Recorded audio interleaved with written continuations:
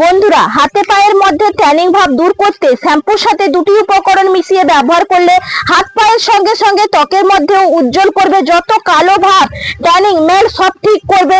এই রেমেডিটা একবার ব্যবহারই নিট ক্লিন করবে, পার্লারে গিয়ে ম্যানিকিওর পেডিকিওর করার দরকারই পড়বে না। সিম্পল রেমেডি, তৈরি করা খুব সহজ এবং ব্যবহার করাও খুবই সহজ। ঝলসে যাওয়া রোদে পোড়া স্কিনকে মাত্র সেকেন্ডের ভেতর ঠিক করবে। তো চলুন দেখে নেওয়া যাক। নমস্কার বন্ধুরা, নতুন একটা পর্বে আপনাদের সবাইকে স্বাগত। আজকে আমি খুবই উপকারী একটা রেমেডি শেয়ার করব। দেখুন, আমাদের কিন্তু মুখের সঙ্গে সঙ্গে হাত পায়ের মধ্যেও কিন্তু যত্ন নেওয়া খুবই প্রয়োজন।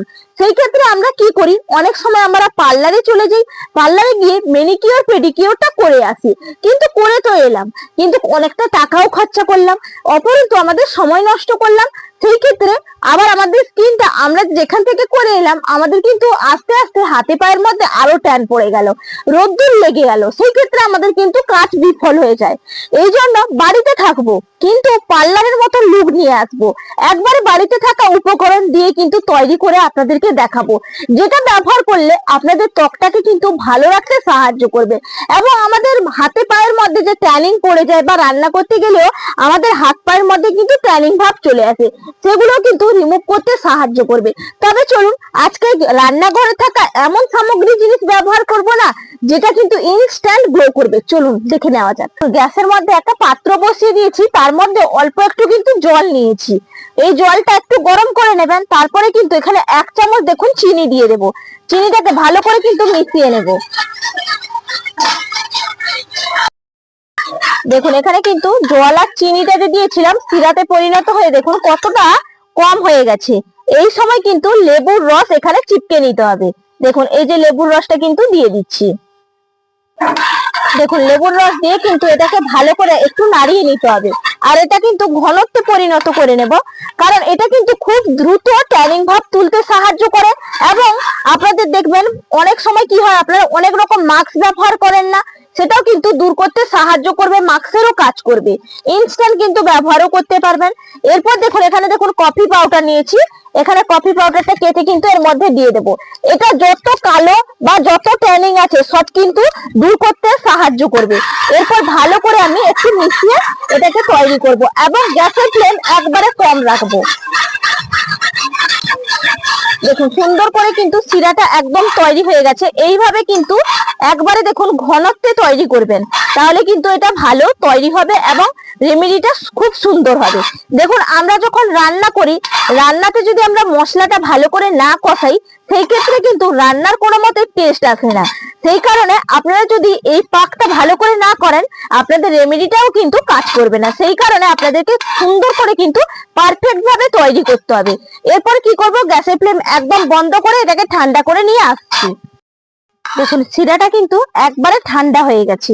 এই সময় আর একটা বাটির মধ্যে দেখুন আমি নামিয়ে নেব। এই দেখুন কি সুন্দর গাঢ়ত্বে তৈরি হয়েছে না।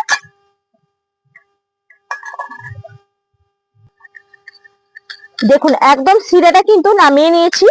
এরপর এর মধ্যে কিন্তু দিয়ে দেব, এখানে দেখুন নিয়েছি বেসন। এই বেসন আমাদের বলি রেখা মুখের মধ্যে বয়সের ছাপ পড়তে দেবে না এবং আমাদের স্কিনটাকে লুজ করতে দেবে না, স্কিনটাকে কিন্তু টাইট রাখবে। দেখুন, আমাদের 30 যখন বা 20 পেরিয়ে যায় না, দেখুন স্কিনটাকে ঝুলো ভাব চলে আসে মুখের মধ্যে, সেটা কিন্তু কোনো মতেই হতে দেবে না এই বেসন। তার কারণে কিন্তু পুরোনো যুগ থেকে ব্যবহার চলে আসছে। দেখুন, এখানে আমি বেসনটা দিয়ে দিচ্ছি, দিয়ে ভালো করে কিন্তু মিশিয়ে নেবেন। আর এটা প্রধানত ট্যানিং ভাব দূর করবে, হাত পার মধ্যে অপরন্ত মুখের মধ্যে কিন্তু ব্যবহার করতে পারবেন। একটা রেমেডি দিয়ে কিন্তু আমরা পুরো ফায়দামান একটা রেমেডি কিন্তু উপহার পেয়ে যাচ্ছি। সেই কারণে আপনারা কিন্তু অবশ্যই তৈরি করুন, কোনো রকম ঝামেলা ছাড়াই রান্নাঘরে থাকা উপকরণ দিয়ে বানানো হয়ে যাবে। দেখুন, একজাস্ট কিন্তু এইভাবে বানাবেন, কোন রকম এর মধ্যে আর জল কিন্তু বিন্দু মাত্র ব্যবহার করা যাবে না। যেই সিরাপটা তৈরি করবেন সেই সিরা দিয়েই কিন্তু এটা তৈরি করে নিতে হবে। দেখুন কত সুন্দর কালার এসছে এবং কত সুন্দর তৈরি হয়েছে। এরপরে মেনলি আর একটা জিনিস কিন্তু দেব, এখানে দেখুন আমি নিয়েছি নারকোল তেল। এই নারকোল তেল, যে কোনো নারকোল তেল ব্যবহার করবেন, আপনাদের যেটা ভালো লাগে। এখানে দেখুন আমি নারকোল তেলটা নিয়ে নিচ্ছি। এই নারকোল তেল কি করবে, স্কিনের মধ্যে যে আমরা দেখুন সূর্যের ক্ষতিকারক রশ্মি থেকে বাঁচার জন্য আমরা সানস্ক্রিন ব্যবহার করি, হাতের কাছে অনেক সময় কিন্তু থাকে না। সেই ক্ষেত্রে কিন্তু নারকোল তেলটা যদি ব্যবহার করি, সান প্রোটেকশনের কাজ করবে এবং স্কিনটাকে রুক্ষ হতে দেবে না, ভালো রাখবে, মোলায়েম করবে। সেই কারণে কিন্তু নারকোল তেল অবশ্যই ব্যবহার করা খুবই প্রয়োজনীয় এবং ময়শ্চারাইজারেরও কিন্তু কাজ করে দ্রুত। দেখুন সুন্দরভাবে এইভাবে কিন্তু নারকোল তেলটাও মিশিয়ে নিতে হবে। এরপর দেখুন আমি কিন্তু ব্যবহার করে দেখাবো আপনাদেরকে। তার কারণে দেখুন আমি এই পোর্শনটাই কিন্তু লাগিয়ে নেব। এইভাবে কিন্তু আমি লাগিয়ে নিচ্ছি। একটু কিন্তু এইভাবে আপনারা ডলে ডলে লাগাবেন।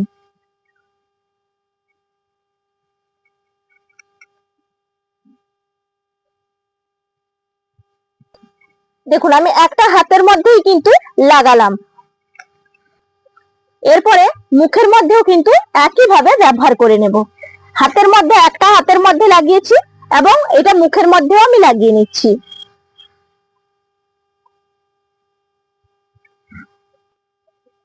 দেখুন মুখের মধ্যেও কিন্তু একইভাবে আমি লাগিয়ে নিলাম। এরপরে আমি এই মুখের মধ্যে কিন্তু 10 মিনিট রাখবো, বা হাতের মধ্যে আমি 10 মিনিট রাখবো। তারপরে আমি ফিরে আসছি। আমি কিন্তু 10 মিনিট বাদে ফিরে এলাম। এরপরে মুখটাকে সুন্দরভাবে ক্লিন করব, কিন্তু তার আগে একটা কাজ করে নিতে হবে। দেখুন প্রথমত আমি হাতের মধ্যে কিন্তু লাগিয়েছিলাম, এখানে অল্প একটু কিন্তু জল দিয়ে এইভাবে ভিজিয়ে নিতে হবে।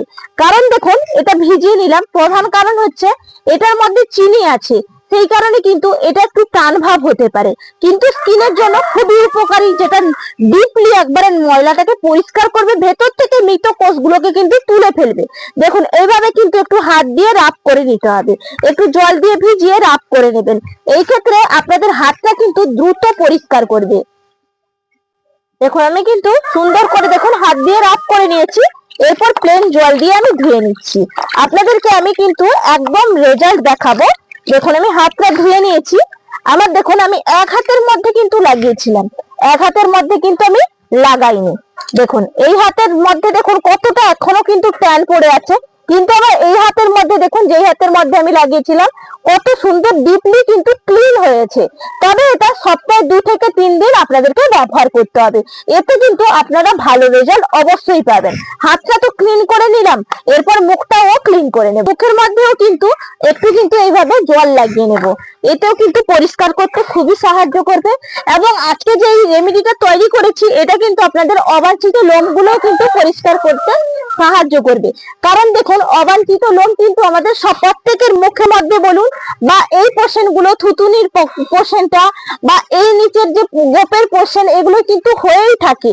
অল্প কারোর ছোট হয়, কারোর বড় হয়, কারোর একবারে গুড়ি গুড়ি হয়ে যায়, সেগুলো কিন্তু তুলতেও কিন্তু সাহায্য করবে। তার কারণে আপনারা এটা অবশ্যই ব্যবহার করতে পারেন। এইভাবে কিন্তু একটু জল দিয়ে জাস্ট কিন্তু মাসাজ করে নেব। মুখের মধ্যে কিন্তু আমি ঘষে নিয়েছি, এরপর ভেজে টাওয়াল দিয়ে পরিষ্কার করে নেব।